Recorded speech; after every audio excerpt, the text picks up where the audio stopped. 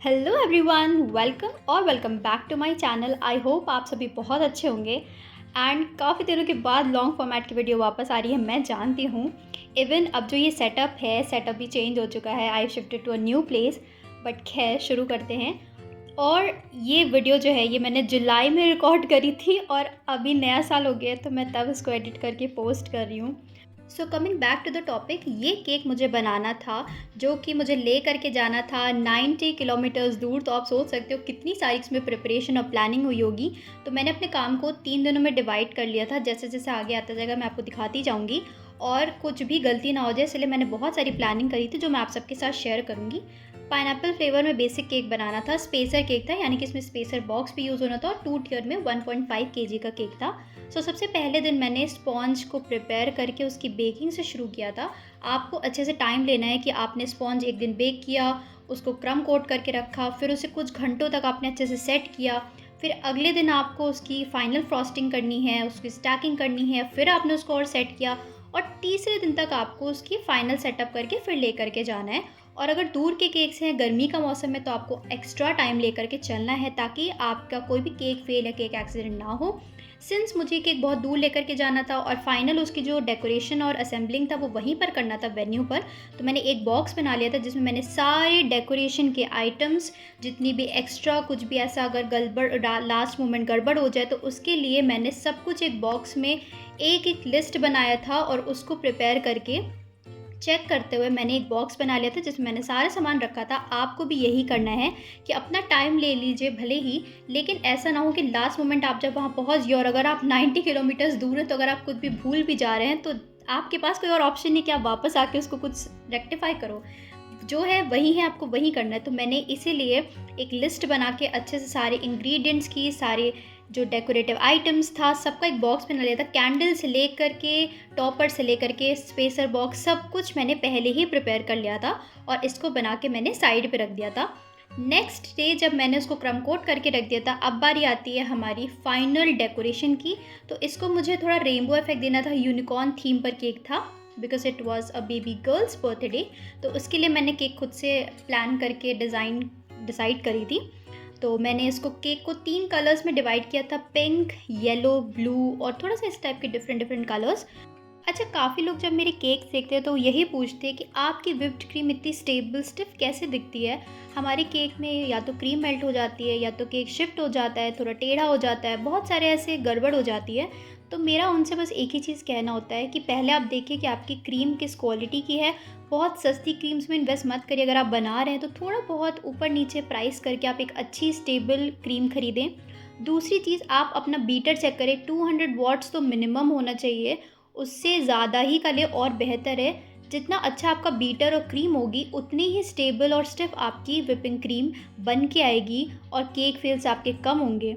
तो भले ही आप बाकी चीज़ों में ऊपर नीचे करें, लेकिन क्रीम बेस क्वालिटी में आपको कोई कॉम्प्रोमाइज़ नहीं करना है। भले आप अपना प्रॉफिट थोड़ा सा कम कर ले, profit margin, but make sure कि कस्टमर के पास जो केक जा रहा है उसका टेस्ट, उसकी क्वालिटी, उसकी स्टेबिलिटी सब कुछ ऑन पॉइंट हो। तो मेरी क्रीम आप देखो हमेशा बहुत ही स्टेबल और स्टिफ दिखती है, क्योंकि एक तो क्वालिटी पे मैं कॉम्प्रोमाइज़ नहीं करती हूँ, दूसरी बात बीट आपको अच्छे से करना है। ऐसा नहीं कि आपने 2-3 मिनट अपनी क्रीम व्हिप की और आपको लगा हाँ ये तो हो गया है, नहीं। आप देखो उसकी सॉफ्ट पीक्स नहीं बननी चाहिए, उसकी बिल्कुल स्टिफ पीक्स आनी चाहिए। अब इसका मतलब ये भी नहीं कि कोई व्हिप करता ही जा रहा है, अगर वो ओवर व्हिप भी हो गई, उसमें बहुत ज़्यादा एयर आ गई तो भी आपको बहुत मुश्किल होंगे। तो आप धीरे-धीरे प्रैक्टिस में डालिए, इन सब चीज़ों को थोड़ा ट्राई करिए और फिर धीरे-धीरे करके आपकी भी प्रैक्टिस हो जाएगी। तो व्हिपिंग क्रीम को स्टेबल करने के लिए आपको ये देखना है कि आपका बीटर और क्रीम अच्छी हो। Now moving to the next step. अब बात आती है स्टैगिंग की भी।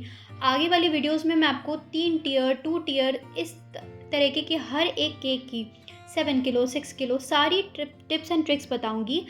इस वीडियो में आप देखो कि डिस्टेंस अगर लंबा होता है, बहुत लोग कहते हैं कि नहीं हम बहुत ज़्यादा डिस्टेंस की वजह से केक के ऑर्डर्स नहीं लेते हैं, जो कि हमें नहीं करना चाहिए।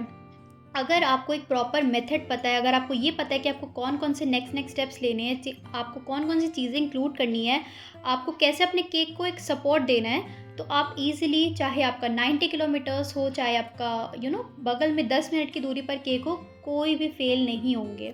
मैं खुद स्टार्टिंग में थोड़ा सा हेजिटेट कर रही थी कि 90 किलोमीटर्स है, should I take this order, या मुझे लेके जाना चाहिए नहीं लेके जाना चाहिए, but then it was like कि जस्ट गो अहेड, देखा जाएगा। एंड टू बी ऑनेस्ट, जब केक फाइनली पहुंच के वहाँ पे मैंने उसे सेट किया, बहुत अच्छे से केक का लुक आया था और केक की क्रीम बिल्कुल भी मेल्ट नहीं हुई थी। पूरे रास्ते मैंने एसी ऑन रखा था। आपको बस ये मेक श्योर करना है कि आप एसी वाले ट्रांसपोर्ट सिस्टम कार से जा रहे हो ताकि कोई भी प्रॉब्लम ना आए, स्पेशली समर्स और रेनी सीजन के टाइम पे। विंटर्स पे तो ईजी रहती है सिचुएशन। प्रॉब्लम्स कब आती है? जब समर्स होते हैं या थोड़े ह्यूमिड इन्वायरमेंट का मौसम चल रहा होता है। बट सी, मैं जुलाई के महीने में, उस समय बहुत काफ़ी गर्मी भी हो रही थी, बट मेरा केक बहुत ही अच्छे से पहुंचा था। अच्छा, बहुत लोगों के कन्फ्यूजन ये भी होता है कि केक हमारा गिर क्यों जाता है? अगर हम 2 टियर का केक बना रहे हैं, 3 टियर का केक बना रहे हैं, वो स्लिप कर जाता है, वो वेन्यू से पहुंचने के पहले ही केक फेल्स हो जाते हैं, गिर जाता है, टूट जाता है, ख़राब हो जाता है। तो मेरा मैक्सिमम टाइम मुझे उनसे यही पता चलता है कि उन्होंने तो डॉवल्स इंसर्ट ही नहीं किए थे, उन्होंने केक डिस्क ही नहीं लगाई थी, उन्होंने केक को सेट ही नहीं किया था। सो जस्ट मेक श्योर कि अगर आपको अपना केक का स्ट्रक्चर वैसे के वैसा ही चाहिए तो आपको अच्छे dowels, plastic dowels, wooden dowels, ये सब यूज़ करने हैं। बहुत से लोग आजकल क्या करते हैं, मैं देख रही हूँ, पेपर स्ट्रॉ यूज़ करते हैं। बहुत शुरुआत में मैं भी करती थी जब मुझे नहीं पता था। आज मेरा वो पैकेट ऐसे ही पड़ा because I don't even use them. Paper dowels आप इंसर्ट करोगे और सोचोगे कि ये स्टेबिलिटी प्रोवाइड कर देगा आपके 6-7 किलो के केक को, तो कैसे करेगा? आपको थिक वाले प्लास्टिक डॉवल्स खरीदने हैं। आई नो थोड़े से कॉस्टली होते हैं, बट आपका केक बिल्कुल स्टेबल रहेगा, 100% प्रोटेक्टेड रहेगा, स्टेबल रहेगा। सो जस्ट मेक श्योर कि आप थोड़ा सा क्वालिटी पे कॉम्प्रोमाइज़ ना करें, ताकि आपको बाद में ऐसा प्रॉब्लम ना हो कि किसी का फंक्शन ख़राब हो रहा है, फिर आपके ऊपर भी बात आ रही है। फिर कस्टमर्स हमें मेक श्योर करना है कि रिपीटेड, अगर वो एक बार आ रहा है तो वो दोबारा आए हमारे पास, जिसके लिए हमें उन्हें क्वालिटी प्रोवाइड करनी पड़ेगी। एज अ बेकर मैं यही सजेस्ट करूँगी कि अच्छी चीज़ों में इन्वेस्ट करें, आपको उसके अच्छे ही रिज़ल्ट मिलेंगे।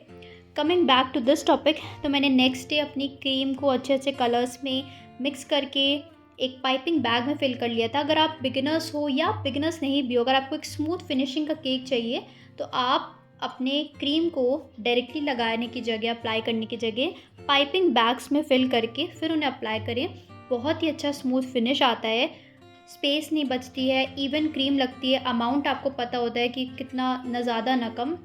सो जस्ट मेक श्योर कि आप पाइपिंग बैग में फ़िल करें और फिर उसे अप्लाई करें अपने केक्स पर। और इस समय तक मैंने केक ओवरनाइट रख दिया था, तो वो अच्छे से चिल भी हो गए थे, बहुत ही स्टेबल हो गए थे। So yes.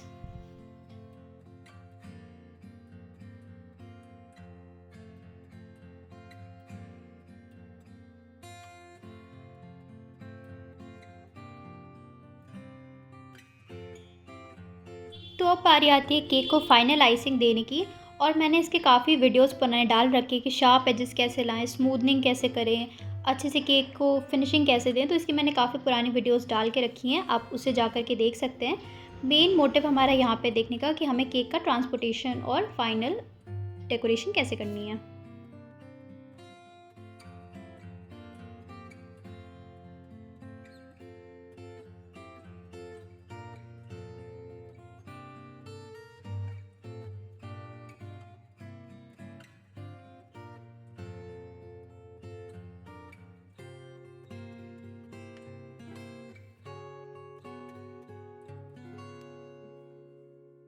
तो दोनों केक्स की फाइनल आइसिंग करने के बाद मैंने इन्हें रख दिया था ओवरनाइट सेट होने के लिए। अगर आप ओवरनाइट नहीं रख पा रहे हैं तो आपको 5 से 6 घंटे के लिए तो रखना ही रखना है। अब बारी आती है सबसे इंपॉर्टेंट स्टेप्स की, जो है डॉवल्स इंसर्ट करना। आप देख सकते हो मेरे पास ये वुडन डॉवल है। इसको मैंने सबसे पहले इंसर्ट करके इसका साइज़ देख लिया कि कितनी हाइट में मुझे कट करना है, और कम से कम 5 से 6 पीसेस आपको इसके कट करने हैं। जितना आप इंसर्ट अच्छे से करोगे, जितने ज़्यादा आप इंसर्ट करोगे, उसको उतनी स्टेबिलिटी और स्ट्रक्चर प्रोवाइड होगा। तो मैंने उसको सारे डॉवल्स को एक एक करके इंसर्ट कर दिया। ये बहुत इंपॉर्टेंट स्टेप है, इसको आप बिल्कुल मिस नहीं कर सकते। अगर आपको 2 से 3 टियर्स का केक बनाना है तो आपको ये प्रोसेस, ये स्टेप करना पड़ेगा। और ये जो आप एक्स्ट्रा डॉवल देख रहे हो, इसमें हमारा नेक्स्ट ऊपर वाली लेयर रहेगी। अब आपको इस तरह की प्लास्टिक डिस्क या अपने केक को बेस को लेना है जो आपके ऊपर वाले केक से मैच करे, सेम उतनी ही हमारी विथ का होना चाहिए, और इसे हम इंसर्ट करेंगे इन दोनों लेयर्स के बीच में। ये बहुत ही अच्छी स्टेबिलिटी प्रोवाइड कराता है, स्ट्रक्चर टूटता नहीं है, आपका केक गिरता नहीं है। अब बाकी थोड़ी बहुत जो कटआउट्स मुझे प्रिपेयर करने थे वो मैं मार्केट गई थी, वहाँ से मैंने प्रिंट आउट निकलवाया। बहुत ऐसे टेंशन हो रही थी कि बस कुछ भी गड़बड़ ना हो, तो मैं सारी चीज़ें तुरंत ही तुरंत करती जा रही थी और एक-एक लिस्ट बना के उसको साथ-साथ में रखती भी जा रही थी एक साइड पर। अब नेक्स्ट डे की बारी आ गई थी जब फाइनली हमें वो सामान लेकर के, केक लेकर के सब कुछ जाना था। तो मैंने एक-एक सिज़र्स लेके स्टेपलर, टेप सारी चीज़ें अरेंज कर ली थी, एक तरफ रख दी थी। और आपको एक चीज़ का ध्यान रखना है कि अगर आपको ऐसे दूर जगह पर जाना है तो केक आप एकदम लास्ट में निकालो। जैसा आप देख सकते हो मैं पूरा रेडी होकर के फाइनल लास्ट में आई थी केक को बॉक्स में ट्रांसफ़र करने के लिए, ताकि जैसे ही आप फ्रिज से केक निकालें तो उसे बाहर रखने का मौका ही ना मिला। आप सीधे उसको शिफ्ट करें अपनी एसी कार में, ताकि उसे ऐसे हीट शॉक अचानक से ना मिले और डायरेक्टली आप उसको एक टेम्परेचर मेंटेन करते हुए लेकर के जा सकें। तो मैंने दोनों ही बॉक्सेस में 1 केजी वाले और हाफ़ केजी वाले बॉक्सेस में दोनों केक को रख के फिर उसे डायरेक्टली रख दिया था कार में।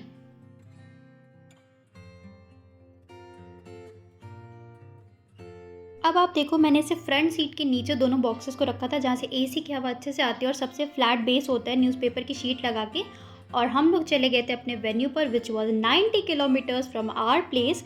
तो मैं हर 10-10 मिनट पे चेक करके देख रही थी। मैं मदर वाज लाइक कि बस करो, इतना नहीं देखा जाता है, सब कुछ अच्छे से हो जाएगा। बट मुझे बहुत एंग्जाइटी हो रही थी और ये फाइनली जा करके वहाँ पे मैंने सेटअप किया था। केक बहुत अच्छा लग रहा था, इसके मैंने शॉर्ट्स डाले हैं, आप देख सकते हैं। अगर आपको कुछ क्वेरी हो, कुछ कन्फ्यूजन हो, तो आप मुझे कमेंट कर सकते हैं और बता सकते हैं कि केक कैसा लग रहा है। तो this was the final look. मिलते हैं किसी नेक्स्ट वीडियो में, तब तक के लिए बाय बाय।